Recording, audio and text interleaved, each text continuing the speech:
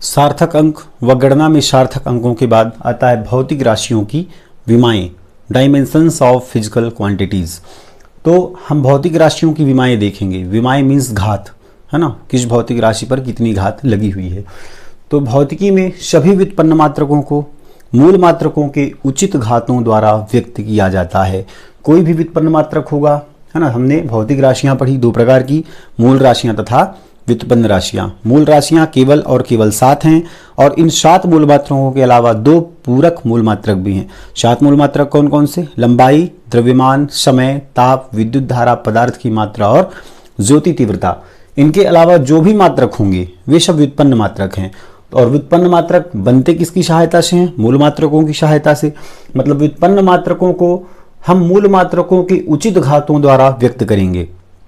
जो कि व्युत्पन्न मात्रक बनेंगी ही मूल मात्रकों से, तो मूल मात्रकों के उचित घातों के द्वारा हम व्युत्पन्न मात्रकों को व्यक्त करते हैं, है ना। हम कह सकते हैं किसी भौतिक राशि के व्युत्पन्न मात्रक को मूल मात्रकों के जिन जिन घातों द्वारा व्यक्त किया जाता है, जिस जिस घात से व्यक्त करेंगे, घात 0 भी हो सकती है, धन 1 हो सकती है, -1 हो सकती है, -2 हो सकती है ना, घात कुछ भी हो सकती है। तो किसी भौतिक राशि के व्युत्पन्न मात्रक को मूल मात्रकों के जिन जिन घातों द्वारा व्यक्त किया जाता है, उन घातांकों को उस राशि की विमा कहते हैं। वो जो घातांक लगेंगे मूल मात्रकों के ऊपर लगने वाले घातांक ही विमाएं कहलाएंगी। किसके? उस व्युत्पन्न मात्रक की, है ना। जैसे हम व्युत्पन्न मात्रक ले लें क्षेत्रफल। व्युत्पन्न मात्रक हमने लिया क्षेत्रफल। तो क्षेत्रफल बराबर क्या होता है? लंबाई गुणी चौड़ाई। क्षेत्रफल क्या होता है? लंबाई इंटू चौड़ाई, है ना। तो लंबाई को हम किससे मापेंगे? तो मीटर से, पर ये है मूल मात्रक लंबाई का लंबाई, है ना। और चौड़ाई भी क्या है? लंबाई है। मतलब हम किसको क्या लिख सकते हैं? क्षेत्रफल को लंबाई का स्क्वायर। क्षेत्रफल को क्या लिख सकते हैं? लंबाई का वर्ग, है ना। इसको मूल मात्रकों में बदलना है। क्षेत्रफल हमारा व्युत्पन्न मात्रक है, अब इसका मूल मात्रक क्या बन गया? लंबाई गुणी लंबाई, लंबाई का स्क्वायर। तो लंबाई में हमने घात 2 लगाया तो हमें मिला व्युत्पन्न मात्रक क्षेत्रफल। इसी तरह हम देखें चाल, है ना, चाल या वेग। वेग बराबर क्या होता है? दूरी बटे समय। दूरी मतलब दूरी को हम क्या कह सकते हैं? लंबाई। दूरी क्या है? लंबाई है। और समय तो समय ही है ना। समय तो मूल मात्रक ही है और दूरी को मूल मात्रक लंबाई में लिख सकते हैं। तो इसमें लंबाई की घात कितनी आ गई? 1।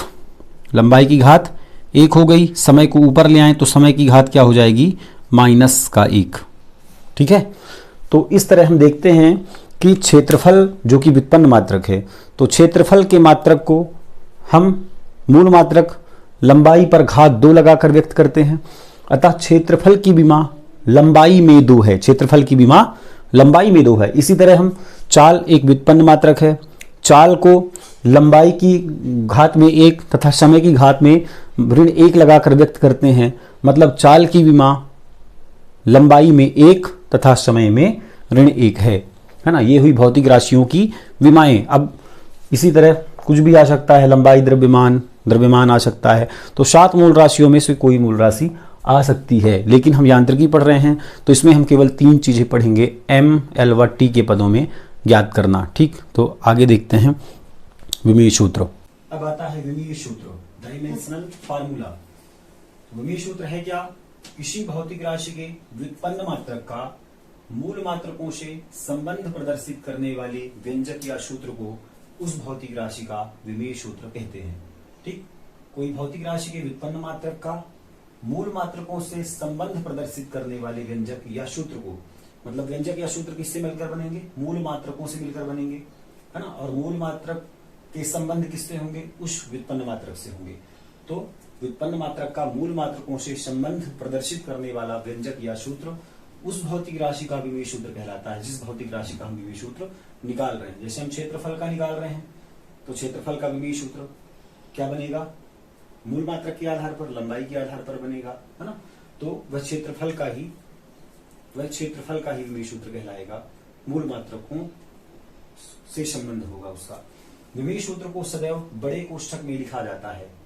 विमीय सूत्र जब हम लिख रहे होते हैं तो उसको हमेशा बड़े कोष्ठक के अंदर ही लिखा जाता है।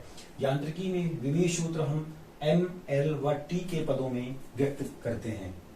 ठीक, जो यांत्रिकी हम पढ़ रहे हैं, हम यांत्रिकी ही पढ़ रहे हैं, तो यांत्रिकी में विमीय सूत्र को हम mL/T के पदों में व्यक्त करेंगे।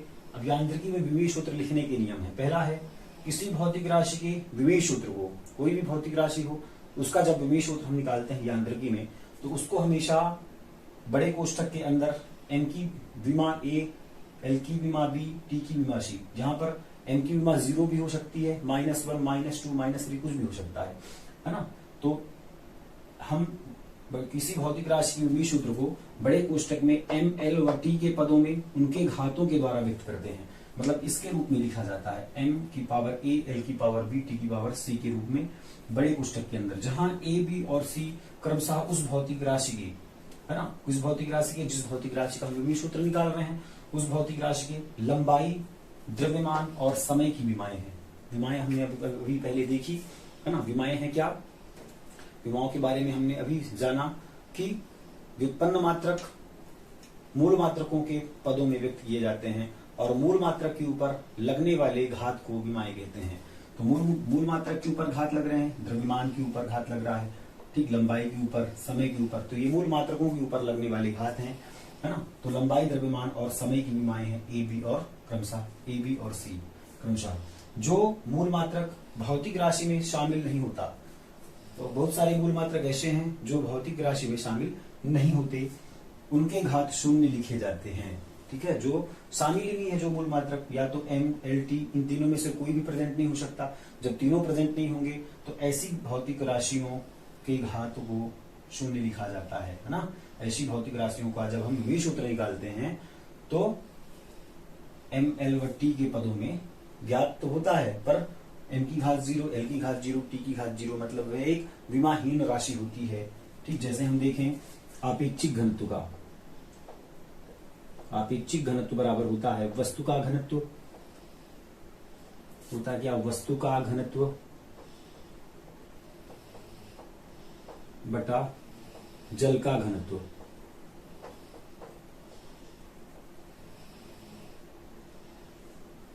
तो वस्तु का घनत्व होता है विमीय सूत्र m, l की पावर -3, है ना, इसको भी लगाएंगे, बताएंगे। और जल का घनत्व होता है m, l की पावर -3, ठीक। घनत्व का फार्मूला ही है, चाहे वस्तु का घनत्व हो चाहे जल का घनत्व हो, है ना।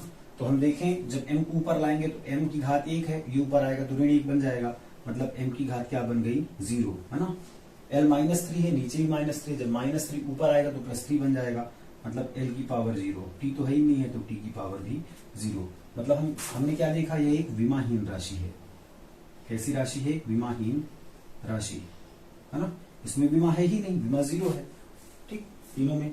तो जो मूल मात्रक भौतिक राशि में शामिल नहीं होता, है ना, ये मूल मात्रक भौतिक राशि में शामिल नहीं है, तो इनके घात हम शून्य लिख देंगे, ठीक। अब बात करते हैं थर्ड नंबर।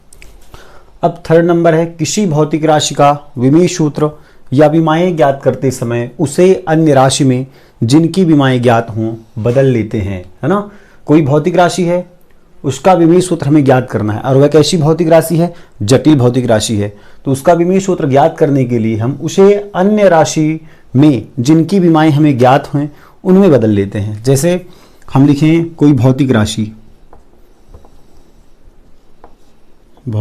लिखें, है ना, और यहाँ भौतिक राशि का लिखें विमीय सूत्र, है ना, और एसआई मात्रक, विमीय सूत्र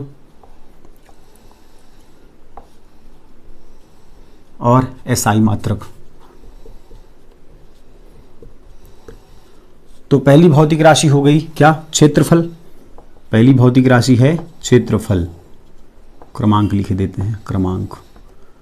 तो क्षेत्रफल का विमीय सूत्र क्या होगा? क्षेत्रफल बराबर होगा लंबाई गुणे चौड़ाई। क्षेत्रफल बराबर लंबाई गुणे चौड़ाई। तो इसका विमीय सूत्र क्या बनेगा? L स्क्वायर, है ना, लंबाई गुणे लंबाई L स्क्वायर बनेगा। मतलब लिख सकते हैं इसको क्या? L गुणा L विमीय सूत्र, है ना, बराबर क्या हो जाएगा? L square. लेकिन अब इसको लिखना किसमें? m, l व t के पदों में। तो m की विमा कुछ नहीं है तो 0, t की विमा 0, l की विमा 2। तो इसका हो गया ये विमीय सूत्र।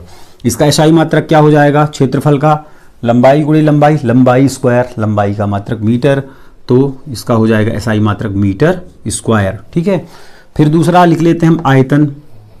आयतन बराबर क्या होता है, लंबाई गुणे चौड़ाई गुणे ऊंचाई, लंबाई गुणे चौड़ाई गुणे ऊंचाई, मतलब इसको हम क्या लिख सकते हैं, एल क्यूब मीन्स एल गुणा एल गुणा एल, है ना, क्योंकि लंबाई को हम, लंबाई का विमी सूत्र ये होता है ना, इसको विमी सूत्र में हमें कन्वर्ट करना है, तो ये हो जाएगा एल का क्यूब, मतलब इसको हम लिख सकते हैं क्या, विमी सूत्र जब बनाए MLT के पदों में तो एल की विमा कुछ नहीं 0, टी की विमा 0, एल की विमा 3, और इसका SI मात्रक क्या हो जाएगा, लंबाई गुणे चौड़ाई गुणे ऊंचाई, मतलब लंबाई का क्यूब, लंबाई मीन्स मीटर क्यूब, है ना, तो इसका विमी सूत्र हो गया मीटर क्यूब।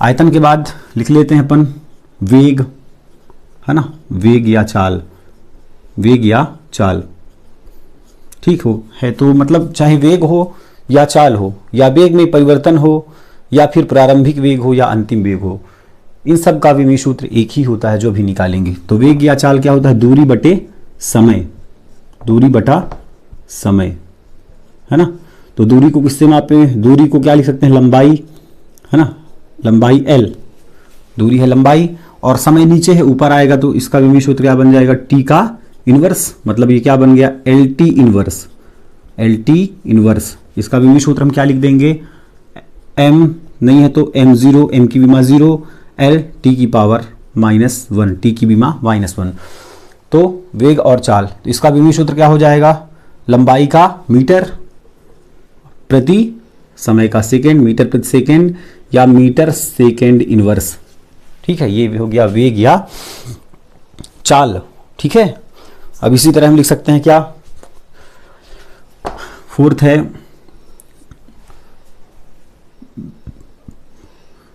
क्या लिख सकते हैं, त्वरण, है ना, त्वरण, त्वरण आता है वेग में परिवर्तन बटे समय, वेग में परिवर्तन बटा समय, तो वेग में परिवर्तन कितना है, वेग में परिवर्तन, वेग हो चाहे वेग में परिवर्तन हो, चाहे चाल हो, चाहे प्रारंभिक चाहे अंतिम वेग, उसका विमी सूत्र ये होता है, तो वेग का विमी सूत्र ही हम लिखे लेते हैं, क्या हो जाएगा, क्या है, M0 L T -1 बटा समय का विमी सूत्र T, इसको ऊपर ले आओ, T को ऊपर लाओगे तो -1 होके ऊपर आएगा, तो इसका विमी सूत्र बन जाएगा M0 L T -2, -1 प्लस -1 -2 बन जाएगा, और त्वरण का SI मात्रक क्या होगा, वेग में परिवर्तन बटे समय, तो वेग में परिवर्तन का क्या है, मीटर प्रति सेकेंड, और फिर सेकेंड लग जाएगा, मतलब हो जाएगा मीटर प्रति सेकेंड स्क्वायर, या इसको S को ऊपर लाएं तो S की घात -2, त्वरण, त्वरण के बाद लिख सकते हैं क्या,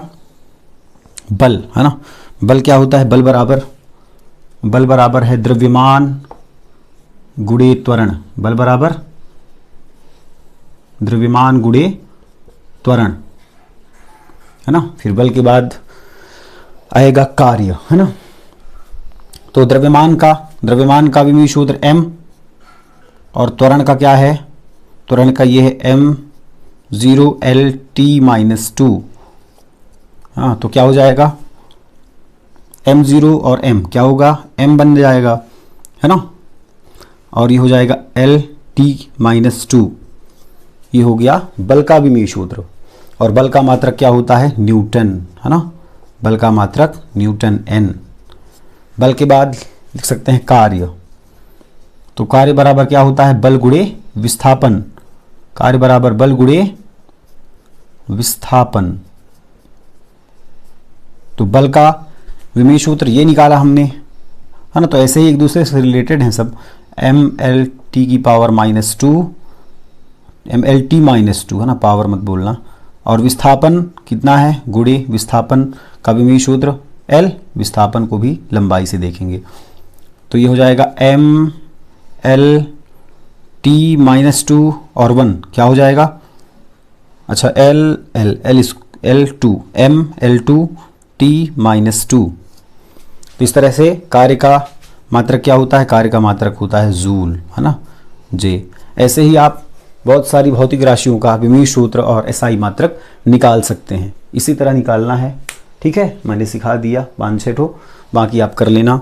और इसमें जो जानकारी की बातें हैं वह ये हैं कि मूल मात्रकों के ऊपर जो घात लगेंगे, तो जो मूल मात्रकों के ऊपर घात लगते हैं उन घातों को विमाएँ कहते हैं, ठीक, मूल मात्रकों के ऊपर लगने वाले घात को विमाएँ कहते हैं, मूल मात्रकों के ऊपर जो घात लगेंगे विमाएं हैं, जबकि मूल मात्रकों से निर्मित व्यंजक विमीय सूत्र कहलाता है। और ये मूल मात्रकों की सहायता से जो व्यंजक बन जाएगा वह क्या कहलाएगा, विमीय सूत्र। तो विमाएं और विमीय सूत्र में क्या फर्क है, m की विमा है 0, t की विमा है 0, l की विमा है 0, लेकिन जब हमने इसको m0 l0 है ना, mlt यहाँ पे गलत लिख दिए हैं क्या, ml गलत हो गया है ना, इसको सुधार लेना, mlt l क्यूब mlt गलत हो गया है, mlt ठीक ऐसे, बाकी सही है ना।